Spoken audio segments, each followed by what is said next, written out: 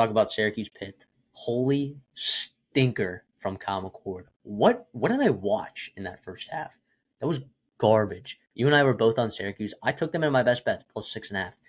You had 24 points off of turnovers, including 3 pick sixes. And then you had the missed field goal.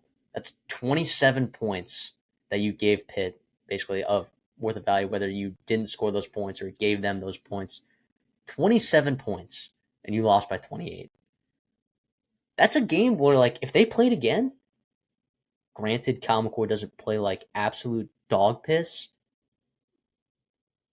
Syracuse can win that game. Syracuse can win that game if Kyle McCord doesn't throw 5 interceptions, including 3 pick sixes, 3, and then a field goal off of another interception. It was bad. He had 64 passing attempts when you're already struggling, man. It was a recipe for disaster there. Once you got down 31, I mean, it was over at that point. But you got to give this Pitt defense some credit, though. 4 sacks, right? 9 tackles for loss. Yeah, you that's mentioned true. all the interceptions, 5 of them. Eli Holstein didn't even have to do much. Doesn't mean didn't even have to do much. They just kind of sat back and we're up 31-0. Let's put in our backups. And Pitt's undefeated. Pitt is undefeated right now, and they've got a couple of big games left on their schedule in SMU, in Clemson, and Louisville. If they want to do some damage there in the ACC, they absolutely can. They control their own destiny. It starts this week, but the nice thing about it, SMU played a barn burner against Duke late night, Saturday evening, and you played on a short week Thursday night, and now you get that weekend to rest. You don't have to travel. I mean, you'll go down to Texas there in this weekend, but you didn't have to travel against Syracuse. So it's a really, really fun time for Pitt. They're doing a great job right now, coaching wise.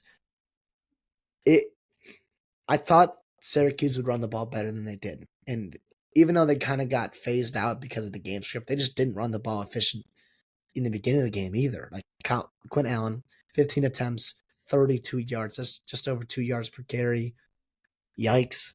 That was a recipe for disaster there. It was tough. It was really tough. Kyle McCord, guy, it's a shame because he's played so well this year. He has really played well this year, and you've got the weapons, Pena, Meeks, Ross, Gadsden has been great. LaQuint Allen, too. Amari Hatcher as well. So you just couldn't get it going. You couldn't sustain drives. When you're throwing interceptions, pick sixes, yes, Pitt deserves a ton of credit. But like you said, if you play this game again, chances are 5 interceptions, 3 pick sixes aren't going to happen again. And you'll get a little bit more realistic outcome. You'll get a little bit more closer football game. And at that point, anything can happen there. But if you're Pitt, man, why not? Why not? Yeah, they're one of the 3 teams that I think controls their own destiny in the ACC. You have 4 undefeated teams, though, which is funny because I think either Miami or SMU, I think one of those guys could get left out if 2 other teams go undefeated. Like if Clemson goes undefeated and then Miami and SMU go undefeated, I think one of those teams gets left out, and I don't know which one it is. It might actually be Miami if SMU beats Pitt, which We'll is kind see of what crazy. happens there. I've not dug into the conference breakdowns there because. But here's the thing too: if you're the ACC, don't you kind of want Miami to be left out because they'll probably be playoffs. They'll be the 5 seed probably, right? Playing Boise State, which is potentially Boise State, which would be terrifying. You also got chance for 2, maybe 3 teams if Clemson wins or if Clemson loses, right? They might be high enough to where you don't get punished for losing a championship game. I don't know. They said they're not going to. Now, they will trust the committee. You're going to have to. We'll see what happens. Because it has to matter. It has to matter. But also, if you're Penn State or if you're Ole Miss or whoever it is, and you're ranked 10th in the country and 11th in the country, and you lose or you don't play at all, and you knock Clemson for having to play a 13th game and losing it. I get it's part of it, but that's what I'm saying. If you're Miami, yeah, rest up. I think a lot of teams, if you could just pick not to play the conference title, yes, it means something. Recruiting, money, all this good stuff. It's part of your goals as a team is to win the conference every year. That's still important, but man, it's gonna be crazy. I know this is Pitt and Syracuse, but damn, it matters. But also Pitt too. Pitt could be there too. Who knows if they Yeah. get some big time wins here? But it just gets crazy. Like if SMU beats Pitt next week, because Pitt does play Clemson. I'm not saying that either team is going to win or whatnot. We still haven't made our picks for that game. But if SMU beats Pitt and Clemson, Miami, and SMU all win out, that would be crazy. And I think all three of those teams potentially would have a chance to make the college football playoffs. I would anticipate Miami for sure getting it. I think it's Miami. It'd be at least two. It'd be at least two getting in. I think it's strength of record, right, and strength of conference record. Conference record. SMU's conference. But they'd have a win over Pitt. Pitt's right? Got a lot. They'd have a win over Louisville.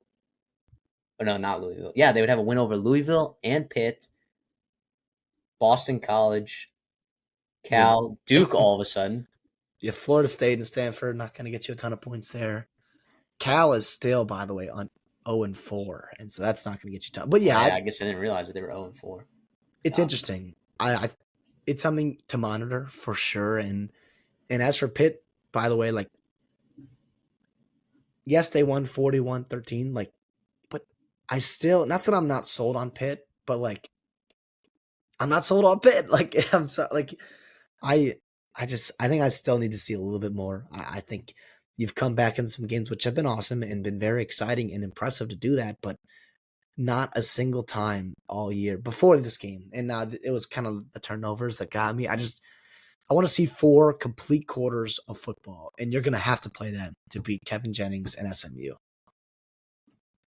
Seriously. I'm trying to read an article right now. Some guy who broke down the ACC standings if SMU, Miami, and Clemson all win out. And if 3 or more teams tie, right, it's first combined head-to-head win percentage among tied teams, but none of them played each other. Then it's if all the tied teams are not common opponents, the tied team that defeated each of the other tied teams, which is basically the same thing. I don't know why they... But it's all undefeated. It wouldn't be the... Yeah.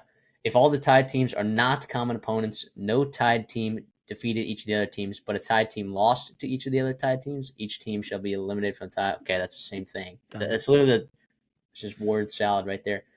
Win percentage versus all common opponents is actually the next tiebreaker.